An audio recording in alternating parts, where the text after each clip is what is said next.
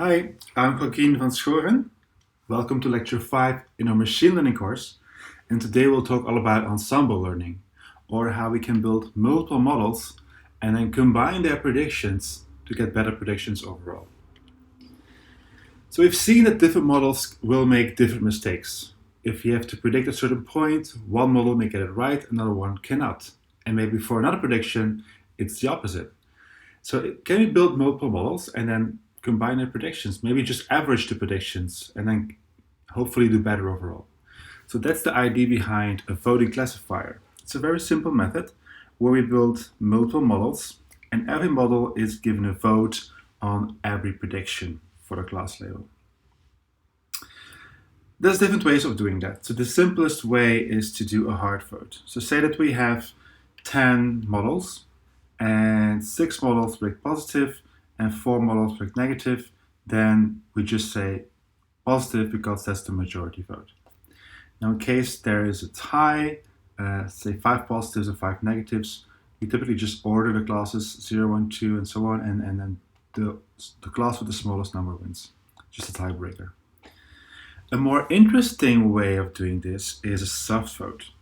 So in a soft vote, we have multiple models, and every model will make a prediction for every class. So say we have a positive class and a negative class. Then, for instance, model 1 thinks with a probability of 0.7 that is positive and 0.3 that is negative. Maybe model 2 says 0.9 positive and 0.1 negative, and maybe model 3 has a totally different opinion and says 0.4 for positive and 0.6 for negative. Right? So what we then do is for every class, we take the sum of all the predictions P. Right? So for positive, this ends up being 2.0. And for the other one, this will be 1. Okay, so in this case, obviously, the positive class wins, and then the prediction will also be positive. This is a much more nuanced way of predicting, and it really takes into account like small thresholding effects. Like if many models have 0.51 or 0.49, you don't make a sharp cutoff, you just like blend the predictions, and it will give you a better prediction overall. Now, we've seen before that if your classes have different importances, or maybe your classes are imbalanced, maybe you want to give more weight to a certain class, right? So say that we have 99% positive examples and maybe 1% negative examples, we may want to weigh these predictions in a certain way to boost the predictions for the minority class. So we can add this weight and then include that weight in the soft vote. So what does this actually look like if we combine these models? So here we have 2 models, in this case logistic regression and a decision tree. Logistic regression is a linear model, so it will make predictions like this. So dark blue is definitely positive, dark red is definitely negative, white is 50-50, right? So this is the way it predicts. It will give us a probability or decision value for each point in this space. Decision trees, as we will see in a minute, they build kind of different models. They will divide the space into these boxes, which are horizontally or parallel to different axes in our data. So they will build like these blocked kind of regions like this. And the combination of this, if we just vote over these, basically we take these predictions plus these predictions and we end up with this. So here we have a more complex model which can hopefully combine the best features of the previous 2 models here. Right? So for instance, this region here, this one thinks it's blue, this one thinks it's red. Neither will have a very confidence prediction, so the combination of that is white. So we're really not sure what to predict here. So this is actually a better prediction than just predicting cool blue or dark red, right? And in between here, we also get a more smooth combination. So hopefully this is better. And if we look at the accuracies, we see that our logistic regression had 84 accuracy. Decision tree had 80% accuracy, and the voting is 88%. Right? So it's definitely a better model. And this will look very differently for different models, right? So say, for instance, we do key nearest neighbor, we'll get something like this. So here, this KNN does very well already. So that's a pretty good model. So there's not much to improve here, right? So it doesn't always help. So in case your base models are already super good, then the ensemble won't always add much. But there can be cases where, for instance, the KNN is, in this case, underfitting, and then the ensemble does help you make better predictions. So in this case, we had 48% for both of these, and the combination of these is 88%. So you can see how this kind of combines in a smooth way. Okay, so why does combining predictions actually work? There can be two relatively intuitive explanations. So one of that is that different models are just good in different regions of the space, right? So say you have one model, so this is our space, and one model is very confident about predictions here, and another model is very confident about predictions there. Then combining the two will give us better predictions overall, right? Because this model is an expert here, and this model is an expert here, and combining the two, then it's like having two people, and the one who's the expert in the region will be able to give an expert prediction, right? So that's one explanation. And this is typically the case when models are really experts in a certain subspace, when they underfit certain points, and so they get certain points right and other ones not. It's also possible that the models are simply very erratic, right? And they have very complex decision boundaries. And in that case, it just helps to smooth out all these different small variations in the predictions, right? That's the case when models overfit. And so by averaging out these predictions, say one gives a positive and all the other ones get negative, then this one positive erratic point gets smoothed out. Right? So these are two explanations of why this ensemble will do better. Now the question is, which models should you actually combine, right? We've seen before that not all combinations work.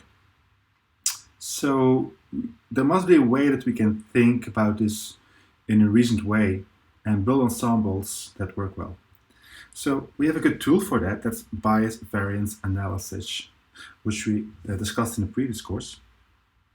So there we saw that we can separate or decompose the error of models in two components, the bias error and the variance error.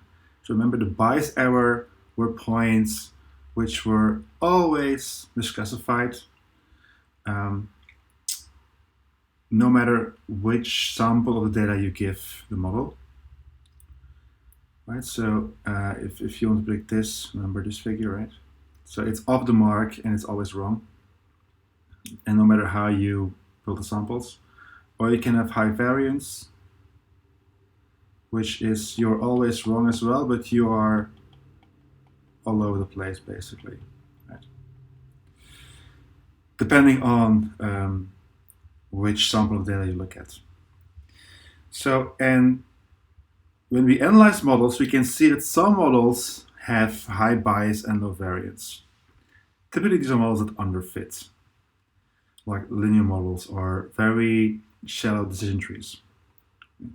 So if that's the case, and you think about this explanation, so if you have underfitting models, and they're each good at different parts of the data, then it makes sense that we combine this underfitting model with other models which underfit, which are high bias and low variance, or at least are low variance.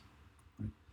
The idea there is that we take many low variance models, and by combining them, we reduce the bias error. Right? So this is called bias reduction, and one technique for doing that is called boosting. It's a very cool technique that we'll see in a minute. The opposite would be having a model that overfits. And in that case, it makes sense to combine it with other models which overfit, which have high variance. So the idea there is to have low bias models, like very flexible models, and then combine them so that the bias remains low and we can reduce the variance by averaging out all their particular mistakes. Right? So this is very introduction, and a technique for that is called bagging. Right? So in short, when we have simple models, it makes sense to combine them with other simple models. And when we have very complex model, an overfitting model, it makes sense to combine it with other overfitting models. And then average out the mistakes. Now, very important is that these models are uncorrelated, which means they make different predictions. Right? If you have an ensemble and all the models give the exact same predictions, then the ensemble doesn't add much. Right? There need to be differences between the models. And the second condition is that the model is good enough. If your model does worse than random predictions, then building an ensemble actually makes the model worse. Right? It's like having a vote. If many of your voters have different information, but they're all very good predictors, then the ensemble combining the votes makes a lot of sense. If, however, your voters are not well informed, they don't have good expertise, and in that case, building ensemble, letting them vote, will actually result in worse and worse predictions. Right? Okay, and then finally, there's one more way that we can build ensembles. There's actually more ways, so we'll come back to other ways of doing this, but another very common way of doing ensembling is stacking. So the idea there is that we have multiple models. They're very different, they make different predictions, and then we don't just average their predictions, but we give all their predictions to another model, which then will have to learn how to combine their predictions to then give a final prediction. That's called stacking. Now, before we will discuss these, let's do a quick recap of decision trees, which I assume you've already seen somewhere. Let's just refresh a little bit how they work, because they will be a key component in many ensemble algorithms. So the idea behind decision trees is that our representation of the model is a tree. It's basically a tree, which consists of multiple tests. And each of these tests will split the data into two branches. Right? So in this case, we have this feature x1, and we want to split the data in a certain way. So say this is x1 here, and we do a test. So this is the 0.4 point, right? And we do a split so that all the points on the one hand here go in this leaf, and all the other points go in that leaf. Right? And so we see this leaf is quite pure. It has a lot of blue points and only one red point. And this one is very much mixed. That's 16 blue points and a lot of red points. That's one split. So the way we do this split, that's defined by our evaluation method, right? So we'll be able to do many splits. So we'll look at all different splits here and also in this direction. We evaluate all these splits, and then we have some kind of loss function that explains us which is the best split to make. Right? And when we have done the splits, we continue.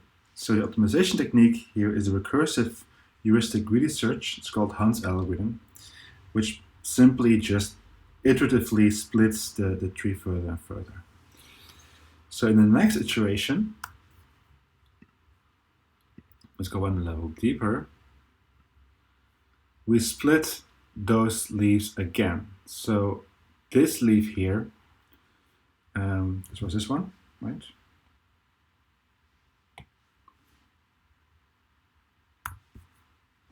Our leaf here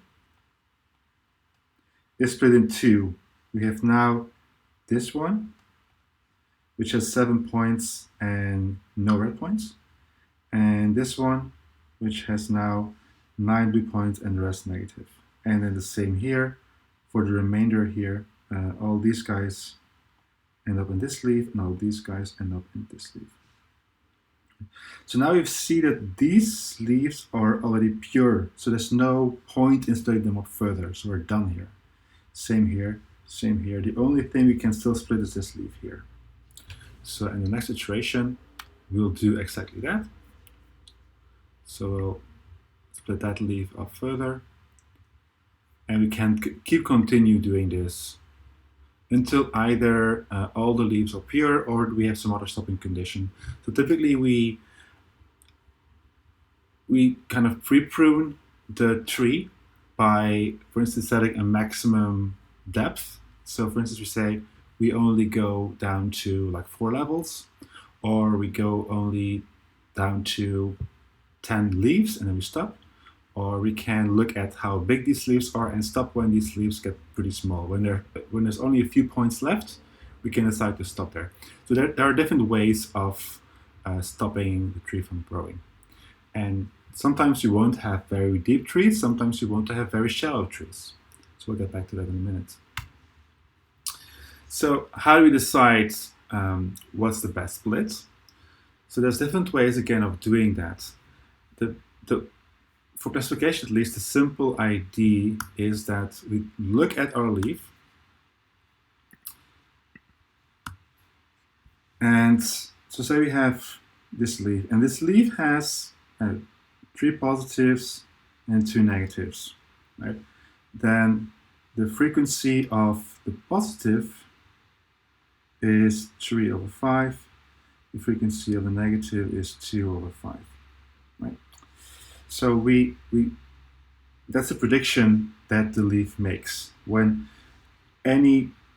we have to make a prediction for a new point, and we go down the tree, and this new point ends up in this leaf, then for that point we predict that it's likely positive with these probabilities. Okay. Now, so every split that we make will create a certain tree with certain leaves. And then we can evaluate the tree by looking at how pure typically the leaves are. And there are 2 very common ways of computing that. One is the Gini index, and the Gini index is simply the product of these probabilities. So in this case, it's 3/5 times 2/5 plus the opposite, which is the same in this case, so it's 3/5 times 3/5. Okay, and this will give us a measure of purity. In this case, this leaf is very impure. If maybe this leaf is very pure, only has positive points, then the Gini index will be 1 times 0 will be 0, right? So it's a very pure leaf. Another way of computing that is entropy. It again uses the same probabilities, but now it uses this log operation on the probabilities.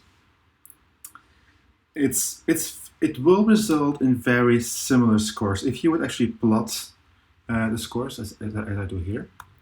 So here we have for a certain value of p, we see in green the Gini impurity, right? So if our leaf has 0.6 positives and 0.4 negative, then the Gini will be somewhere like 0.48. And entropy will be very, very close. Or actually, entropy divided by 2, because entropy is between 0 and 1. But if we would just half entropy, then the difference between Gini and entropy is very, very small. So in practice, they will give you very similar predictions. They will lead to very similar trees. There's some tiny differences, but they're rare.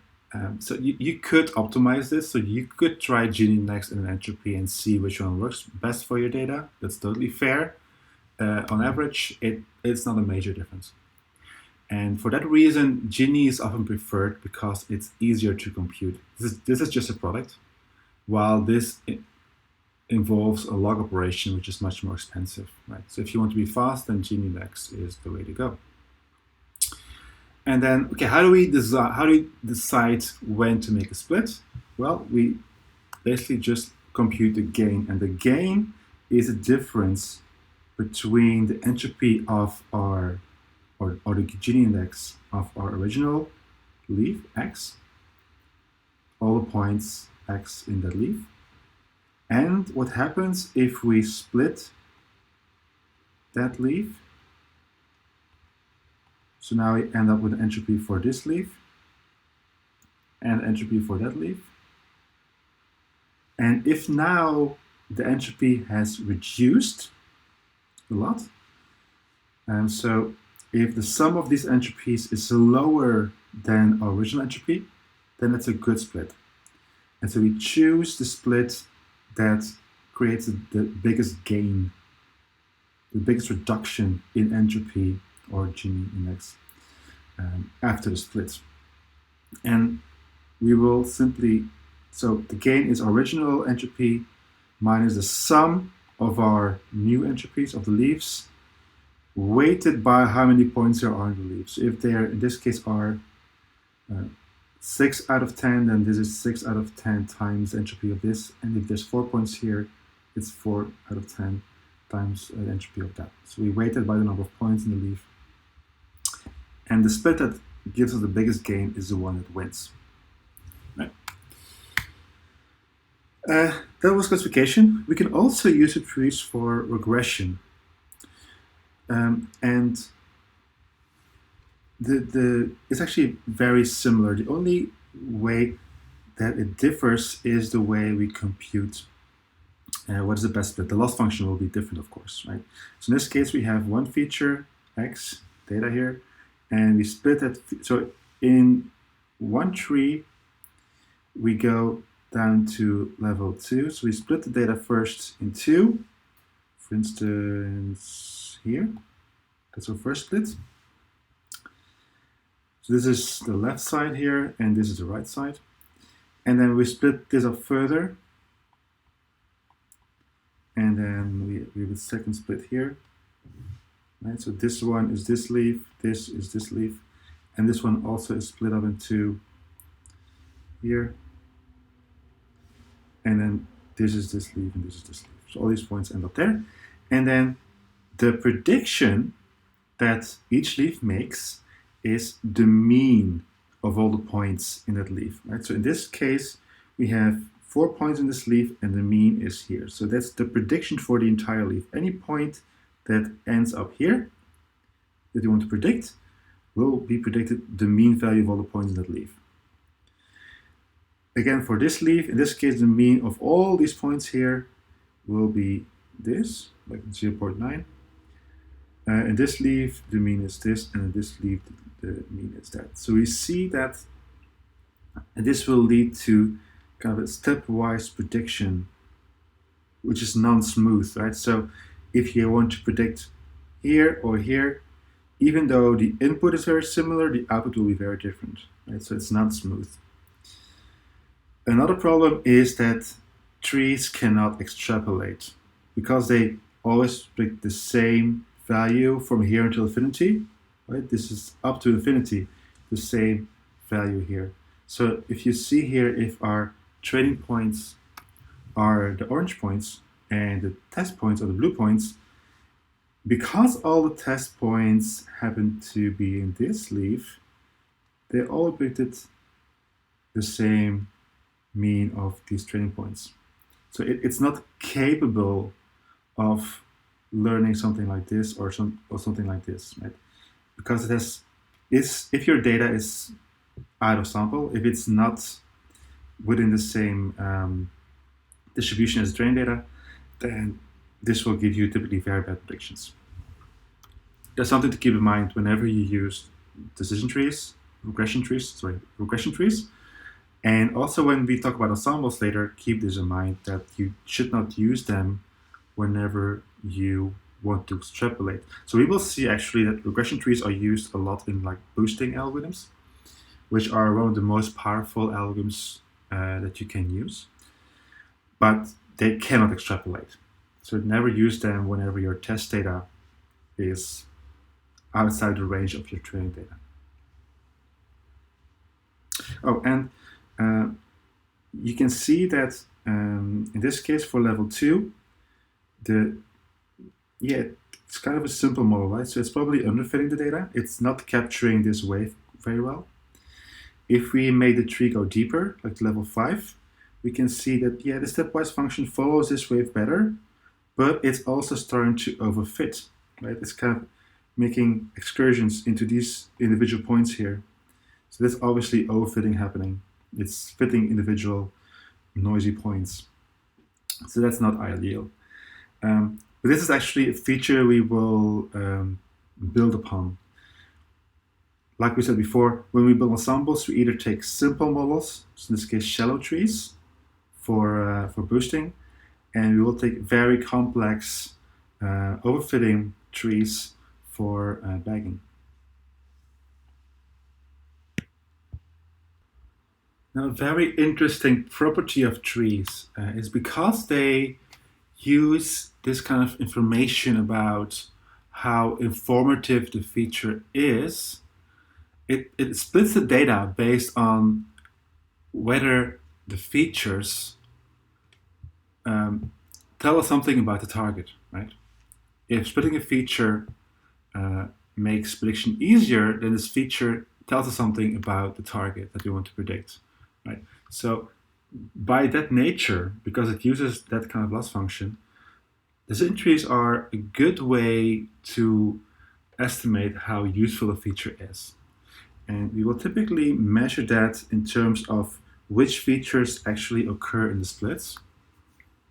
Let's remember, every split happens on a feature. So say this happens on feature 5.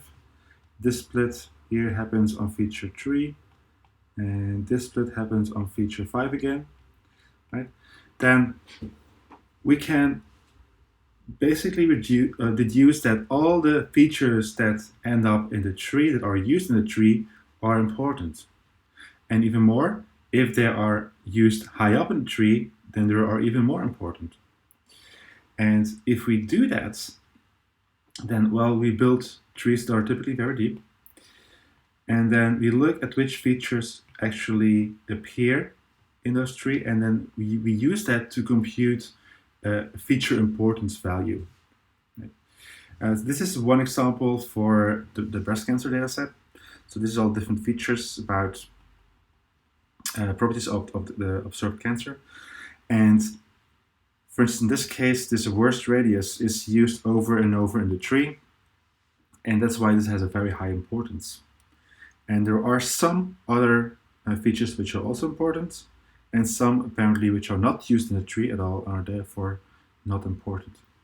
Now, is this a good way of measuring feature importance?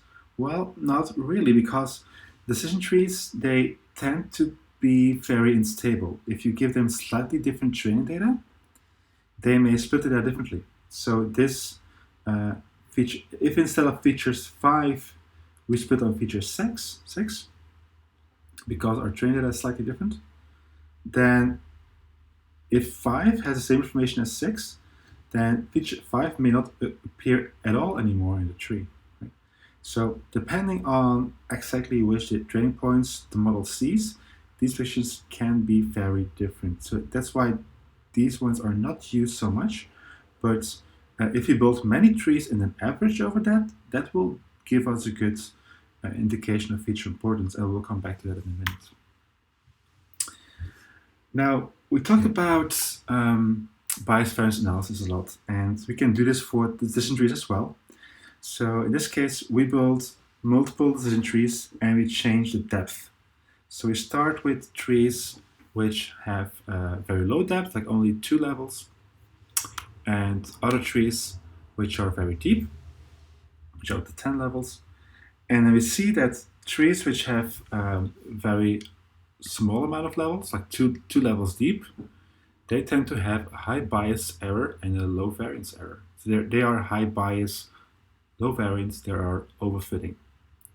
While trees that are very deep, like up to level 10 levels deep, we see that those have very low bias and very high variance. So they're likely to overfit.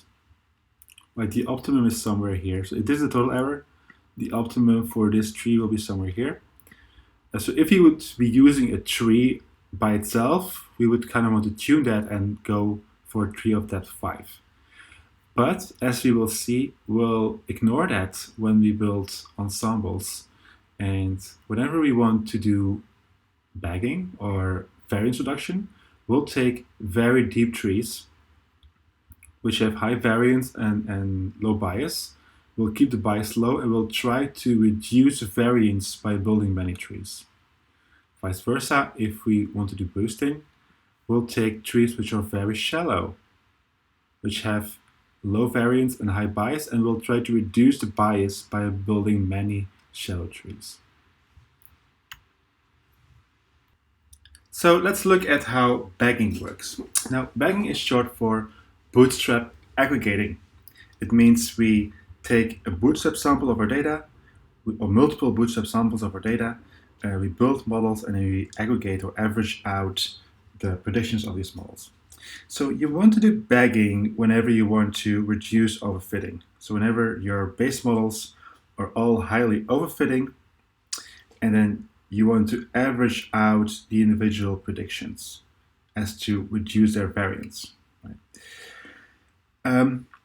So the way you do that is by taking your data, taking a bootstrap sample of points, and then train model 1 on that. And then you take another bootstrap, and then you have model 2, and so on. And then you let each of these models predict, and then you take the average of the predictions, hoping that each of these will be slightly wrong, and by averaging out their predictions, the average will be a better prediction overall. Now, how many trees should you build? So if we build I samples, I iterations of this technique, well, the more models you build, the more smoothing will occur, right? So if your goal is to reduce variance to 0, then you simply have to build many trees, right? So you basically want to eradicate overfitting altogether. So for that, you would need to have a very large number of these models. Now, if you have many models, of course, training will be slower and also prediction will be slower. So that's a trade-off there. Very important is that the models should be unstable. So every time you have different samples, these models should actually be different. So unstable means that by having slightly different training data, you will end up with a very different model. Right? Good examples of such models are very deep decision trees. Right? Because they will be very unstable, having slightly different training points will give you very different trees. And you can even make them more unstable by randomizing them. We'll come back to what that means. Another thing you can use are deep neural networks. So neural networks are famous also for being unstable and easy to overfit. So it makes perfect sense to build ensembles out of deep neural networks, and these are called deep ensembles. It will typically result in more robust predictions. And again, you can choose, whenever you want to average these predictions, you can again use soft voting, which is typically done for classification. And again, you can weigh your classes if you want to. And for regression, we typically just take the mean. Now, also interesting is that these bagged ensembles, they can also produce uncertainty estimates. So you can either take different models and then let them give probabilities. So probability 1, probability 2, probability 3. And then you can combine them. And you can do it on model level, but you can even do this for trees. You can also do this on a leaf level. So in this case, you do this on a model level. So every model gives you probability, and then you look at how much variance there is in these predictions, and the variance of these predictions is basically your uncertainty. What you can also do, if you have trees, then since every leaf also gives you a probability, you can just combine the probabilities of the corresponding leaves. This is more complicated, of course, right? So you will have to look for every prediction in which leaf it ends up in every tree, and then you combine the probabilities for every, well, predicted by every leaf. So trees are a good candidate for building backed ensembles, especially if the trees are very unstable, because you want to have models which are high variance and low bias, right? And we can increase the variance, increase the amount of overfitting in the model by randomizing them. And that works by not considering all the features in every split, but only a random subset of them. So say we want to split the data. So at this point, in this node, we have to find a feature to split on. Now we can look at all the features and all the possible split points, and that one will be expensive, and two will give us often the same trees or similar trees. Instead of that, every node here will only look at a random max feature of numbers, right? So say that max feature is like half of the features. Typically it's lower than that, we'll come back to that. But say it's half of the features, then we randomly choose half of the features, and then within those 50% of the features, we'll look for good splits. Okay, and then we split, and then in the next node again we randomly take half of the features, we look for the best split, and so on.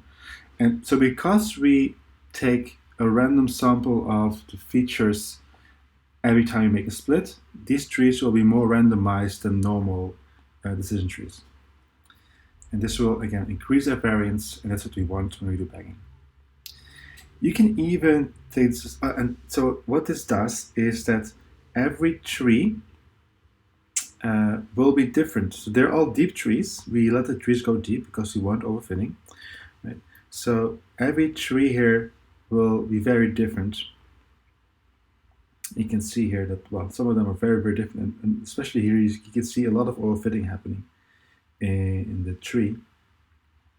And then we average out all these predictions. So if we take the sum of all of these guys, we end up with this prediction.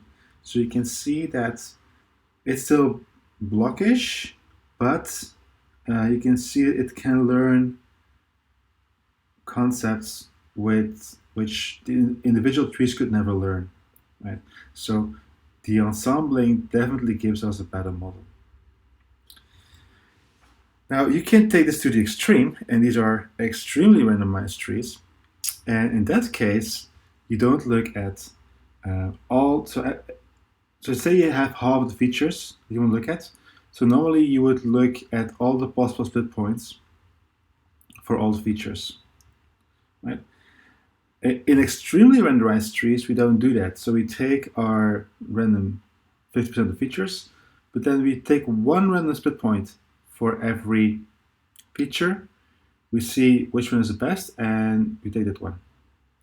Okay, and then the next time again, say we have three features, we take one random split point, we take the best one, and then we continue. Right? So these trees will be even more random. And it's like you can actually show that this typically gives you even smoother and better predictions. And these are the results for extremely randomized trees. So you can see that every single tree we built will definitely be more randomized. And the combination of these, the ensemble of all of these, will give you smoother boundaries than you would even have with random forests. Now, the whole point of doing bagging was to reduce variance. So let's see if we also do this. So here we have the number of trees on the x-axis and the error on the y-axis. And we see that indeed the variance drops spectacularly if we keep adding new trees to the ensemble. The bias, however, stays mostly flat, right? Because the averaging doesn't really help you reduce a bias. If anything, it may hurt, it may increase bias. And this is something you would typically see. So in general, people say that random forests don't overfit, and that's sort of true, right? You can keep reducing the variance, but if you do too much, the bias will actually start increasing because you over smooth the predictions. And here you can see there's actually a sweet spot here. Although it's not too bad, right? You can keep training, you can keep adding models, but it won't hurt you that much, but it also won't really help you. To do this in practice, there are many different implementations. For instance, just in scikit-learn, you can use the bagging classifier, which allows you to do bagging with any model that you want. But of course, use high variance models for that. There is a random forest classifier, which implements random forest, and there is the extra trees classifier, which uses extremely randomized trees. Now, there's a few things you want to tune. First of all, there's a number of estimators. Typically, you want to have at least 100 trees. More is better, but definitely there will be diminishing returns. And if you do it too well, if you go too extreme, having a very large number of trees will eventually start some underfitting of the model because the bias error increases. Uh, then there is the maximum number of features that are considered in every node of the split. By default, that's the square root of the total number of features for classification and log2 or total number of features for regression. These defaults are mostly historical, but they work quite well in practice. So it sometimes helps to tune this, but the defaults are also pretty good. Sometimes you want to actually reduce this on purpose to reduce time and space. So say you have a large data set. In that case, well, you have more data, so you will overfit less by default. Um, in that case, it makes sense to have a smaller number of features to be considered in every split because it will definitely speed up the computation. And then you can do pre-pruning of your trees. You can choose to set a maximum depth, or you can choose to um, set a threshold on the minimum number of samples in each split before you allow splitting the data node, the leaf. The main reason for this is to reduce the model size. Like typically, we don't want to restrict the trees too much because we do want high variance and low bias. I would say that you have to reduce the how much the model, uh, how much disk space the model takes or memory. You may want to reduce that because smaller trees will of course require less memory to store them. Trees are, well, when of course, are very easy to parallelize because you can just build all the trees in parallel. So it definitely makes sense to do that. And well, because the bootstrapping definitely has a random component.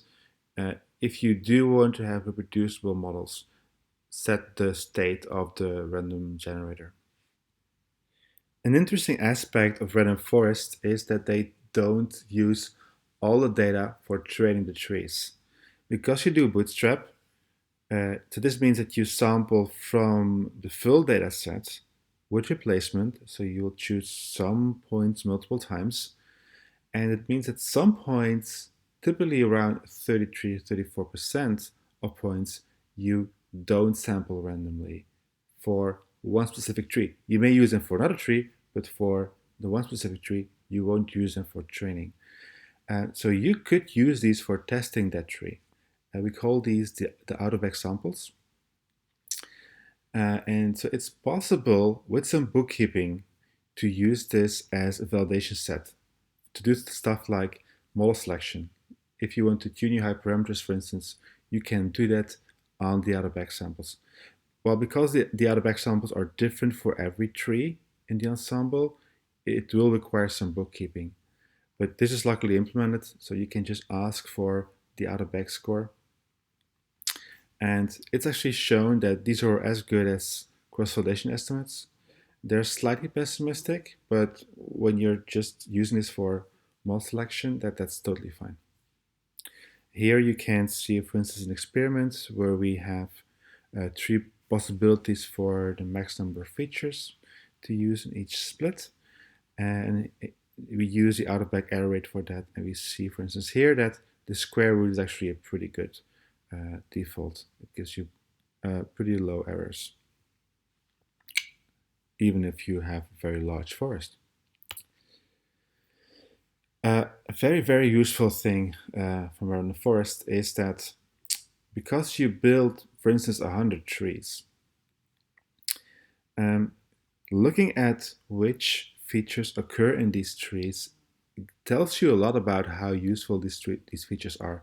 We already saw this with decision trees, but if you build a single tree, there could be some random effects just based on the data sample. You could find different feature importances for slightly different training samples. So that's not so good. So, but in random forest, this is not a problem because you will build many models on many data samples anyway. And that means that if you build 100 trees, and for all these 100 um, models, you look at how often each feature is used to split the data, that gives you a pretty good estimate of how important features are. And this is actually one of the most often used ways to measure feature importance. It's not fail-safe though. You can actually show that if you add a pure random noise feature in the data, random forests tend to view it as important. And well, that has to do with the fact that if you split the data over and over and over again, every leaf will have less and less data. And if you have less data, then even a random feature may seem like it's related. Well, it will be related by accident to the target. So it has that effect. And so, but in the next lecture, we'll see some other alternative ways for measuring feature importance. But overall, it's a pretty decent technique. Finally, a random forests are poorly calibrated. So the predictions, the class probabilities are based on a relatively few number of points in the leaves. That means they are not always very accurate. And so if you want to use the class probabilities generated by a random forest, it's always advised to calibrate the models afterwards, right? So you do something like isostatic regression or Platt scaling to transform the class probabilities predicted by the random forest into more trustworthy estimates. Another thing you can always do with random forest and any ensemble basically is warm starting. It means that you can build, for instance, an ensemble of 100 trees and then stop and store it. And then later, if for some reason you want to add trees to the model, you can. You can just add model number 101 and 102 and so on. So at any point, you can restart where you left off. And this is called warm starting. This is useful whenever, for instance, you want to not invest immediately in building 500 trees, but maybe just build 100 first and then later on look how all that works and then train more. Or maybe you want to look at the learning curve, how fast the model converges. And another side note is that you can use that to train on new data. So say that you have a certain data set and you build an ensemble of 100 trees, and then later on, new data appears. You could then choose not to retrain a model from scratch, but just to add new trees to the ensemble. And that's totally fine. It will definitely speed up the training of your models. One caveat is that the new data has to be very similar to your original training data.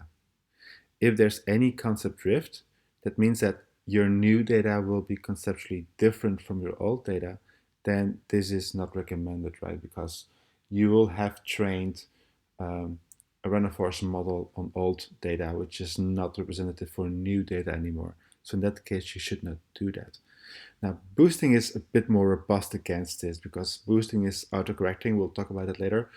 So for boosting, the new data can be slightly different and it will adapt to the new concept in the data. So random forests are one of the most commonly used algorithms, mainly because they are very accurate, very performant, and very easy to use. They don't require a lot of tuning. You may want to maybe tune the number of estimators and the number of, or the maximum number of features in each split, but these are quite easy to tune, right? Depending on the application. They also are very good with heterogeneous features. So if you have some categorical, some numeric features, um, if you have irrelevant features even, like if you have a dataset with many irrelevant features, decision trees automatically select for that using the information criterion. Right? So it's useful in a lot of different situations without doing much preprocessing. You don't even have to scale your data. Trees don't perform equally well whether you scale your data or not. Some downsides is that if you build a large ensemble, you cannot easily interpret the models as easily as you can interpret a tree. There's also slower to train, like they're 100 times slower to train, but you can easily parallelize it, which is good. And well, they don't work well on high dimensional sparse data. So if your data is, for instance, all zeros and ones, it's not easy to split that data in a meaningful way. So in that case, trees are not recommended. For instance, text. If you have text is typically expressed, for instance, as a bag of words model. So every word is a column, and you count how many times every word appears in a text. That's very hard to build good trees on. So in those cases, use something like an embedding first, and then you can, if you want, you can still use random forests on that.